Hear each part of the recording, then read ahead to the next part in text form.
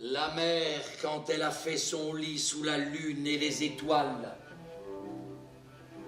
et qu'elle veut sombrer tout à fait dans le sommeil et dans l'extase.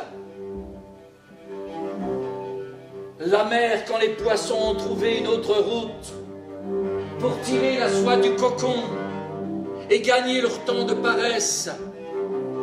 La mer, quand plus rien ne la retient d'en faire à sa tête. Le contrat des compagnies maritimes, ni le traité des eaux territoriales, ni le cours du baril, ni celui du dollar.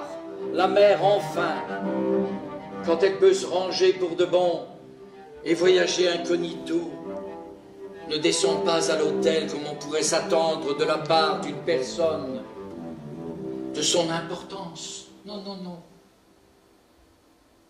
Car elle n'a rien à voir avec les chambres de hasard et peu lui importe que des princes y soient descendus.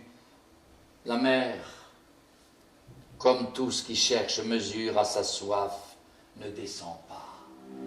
Elle monte. Elle monte dans les trains à petite vitesse, les derniers survivants de l'ère vagabonde, à pratiquer le précepte bouddhique du voyage, et qui vont de gare en gare abandonnés dans la bruyère pour le plaisir de quelques vaches. Elle monte dans les collines pour voir les toits d'ardoise et les tuiles, et la lumière sur eux qui pêche à la ligne et le mouvement de la terre alerté. Elle monte aussi dans les chambres pour saluer les femmes qui savent aimer et dont le corps garde longtemps la chaleur des étreintes. Et là, s'arrête enfin. Et ces vagues, l'une après l'autre, se couchent dans leurs yeux.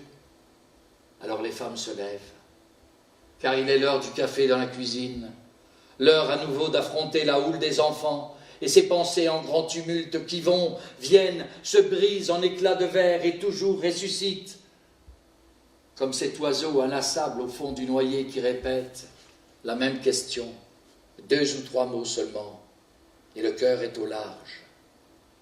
Mère, mère, que disais-tu déjà? J'ai vu bouger tes lèvres, mais ces yeux, qui te les a changés?